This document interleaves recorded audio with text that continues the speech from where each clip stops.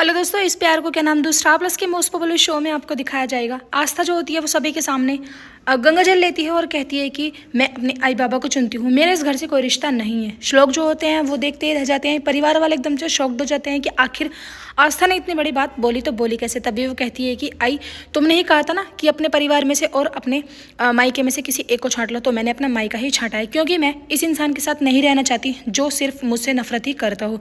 श्लोक जो होते हैं वो कहते हैं कि बहुत हो गया तुम्हारा ड्रामा, ऐसा करो यहाँ से मेरे घर से अभी के अभी निकलो। निरंजन जो होते हैं वो एक बारी आस्था को रोकने की कोशिश करते हैं, लेकिन आस्था जो होती है वो कहती है कि नहीं मैं नहीं रुक सकती हूँ, और वो अंजलि के आगे हाथ जोड़ के खड़ी हो जाती है। कहती है कि मुझे माफ़ करना, अगर मुझसे कोई गलती हो गई हो तो मैंने तुमसे बहुत ज़्यादा बहस की है, लेकिन आई मेरी मजबूरी है। कोई भी लड़की ऐसे घुट घुट के किसी एक घर में नहीं रह सकती जहाँ पर उसे इज्जत और प्यार कुछ भी ना मिले। काव्य जो होती है वो कहती है कि चाची प्लीज़ रुक जाओ ना, मैं आपसे बहुत प्यार करती हूँ, मैं आपके बिना नहीं रह पाऊंगी। लेकिन आस्था जो होती है वो कहती है कि बेटा मैं भी आपसे बहुत प्यार करती हूँ, लेकिन चाची की मजबूरी है, चाची नहीं रुक सकती है। आस्था जो होती है वो काव्य को हक करती हैं और फिर उसके बाद वहाँ से चल देती हैं। परिवार में कोई भी आस्था को रोकने की बात नहीं कहता है, क्योंकि आस्था जो होती है पहले से ही अपना डिसीजन ले चुकी होती हैं। कहती हैं कि बस अब मुझे यहाँ नहीं रुकना है। अग्निहोत्री यानी निरंजन जो होते हैं, आस्था जो होती हैं सभी के आगे हाथ जोड़ के वहाँ से चली जाती हैं। कहती हैं कि प्लीज़ मुझसे अगर कोई गलती हो गई हो तो छोटी बिटिया समझ के, छोटी बहन समझ के प्लीज़ मुझे माफ़ कर देना। श्लोक जो होते हैं वो अपने रूम में चले जाते हैं। उधर वरद जो होते हैं वो रोकने की कोशिश करते हैं आस्था को। कहते हैं कि जब तुम इस घर में आई थी तो हमें लगा था कि एक नई किरण जो है हमारे घर में आ गई है, लेकिन वो कहती है कि काका भैया मैं कुछ भी नहीं कर सकती हूँ। आखिर मैं इस घर में रुकूँ तो रुकूँ किसके सहारे? मेरे पास कोई वजह भी तो होनी चाहिए ना इस घर में रुकने की, क्योंकि श्लोक ने मेरे साथ बहुत बुरा किया। उन्होंने मेरे बाबा को फंसाकर मेरे साथ बहुत ज़्यादा अन्याय करा है। श्लोक जो होते हैं वो अपने रूम में चले जाते हैं, लेकिन कुछ भी नहीं बोलते हैं। वरद बेचारे ऐसे ही शांति से खड़े रहते हैं। जैसे ही आस्था वहाँ से जाती है कि तभी वो अपनी पुरानी बातों को याद करने लगती हैं कि कैसे श्लोक ने उनका ध्यान रखा था, क्योंकि आस्था के मन में आज भी श्लोक के लिए प्यार है, लेकिन जब श्लोक उससे इतनी नफरत करता है तो वो उसके पास कैसे रहेगी। उधर काकी जो आई जो होती हैं वो आस्था की इंतज़ार कर रही होती हैं। कहती हैं कि पता नहीं वहाँ क्या हो रहा होगा, क्योंकि अंजलि जी ने तो साफ साफ शब्दों में कहा थी या तो अपने ससुराल में रहना या अपने मायके में रहना। मेरी तो ये समझ नहीं आ रहा कि आखिर आस्था चुनेगी तो चुनेगी किसी की। तभी दरवाजे पर एकदम बैल बजती है। वो आस्था को देखकर आस्था की बहुत बुरी हालत होती है, रो रो के बुरा हाल हो रहा होता है। आस्था की आई जो होती है वो आस्था को हक करती हैं। कहती हैं कि क्या हुआ बेटा।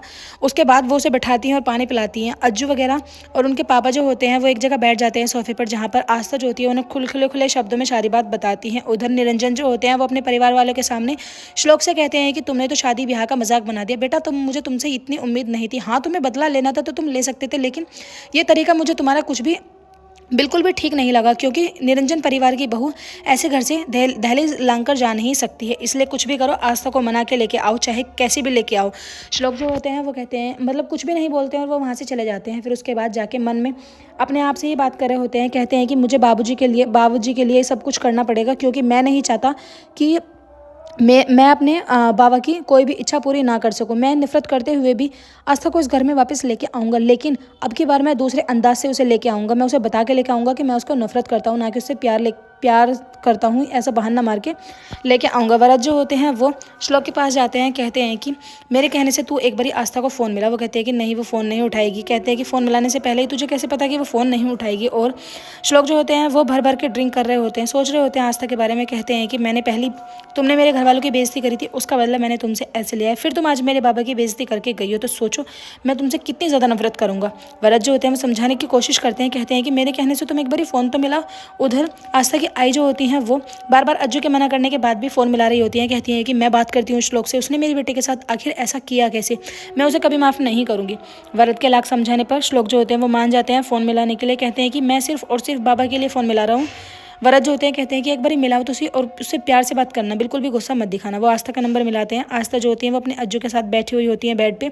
देखते हैं कि श्लोक का फ़ोन है, वो उस फ़ोन को काटकर साइड में फेंक देती हैं। तभी श्लोक जो होते हैं वो कहते हैं कि इतनी हिम्मत हुई तुम्हारी कि तुमने मेरा फ़ोन काट दिया। फिर उसके बाद श्लोक जो होते हैं फिर से ट्राई करते हैं, लेकिन आस्था नहीं उठाती है और फ़ोन को ऑफ कर लेती है। श्लोक जो होते हैं वो कहते हैं कि ठीक है, जब मैं तुमसे मिलूंगा उसके बाद मैं तुमसे सारे बदले ले लूँगा। अज्जू जो होते हैं वो समझाने की कोशिश करती हैं। कहती हैं कि आस्था बेटिया एक बारी फ़ोन तो उठा के देख, कहीं श्लोक जो है तुझसे नतमस्तक हो गए, माफ़ी तो नहीं मांगते। आस्था जो होते हैं वो कहती हैं कि मैं जानती हूँ श्लोक को, वो माफ़ी मांगने वाले नहीं हैं, क्योंकि उन्हें सिर्फ और सिर्फ काम बिगाड़ना आता है, ना कि माफ़ी मांगनी आती है। एपिसोड की एंडिंग तो ऐसी होगी, आने वाले एपिसोड्स में आपको दिखाया जाएगा। श्लोक जो होते हैं वो अपने बाबूजी का आशीर्वाद लेते हैं। कहते हैं कि मैं आस्था को लेकर ही घर में लौटूंगा, लेकिन उन्हें पता नहीं था कि आखिर आस्था के घर में अब क्या हंगामा होने वाला है। वीडियो अच्छी लगा लाइक करें, चैनल को सब्सक्राइब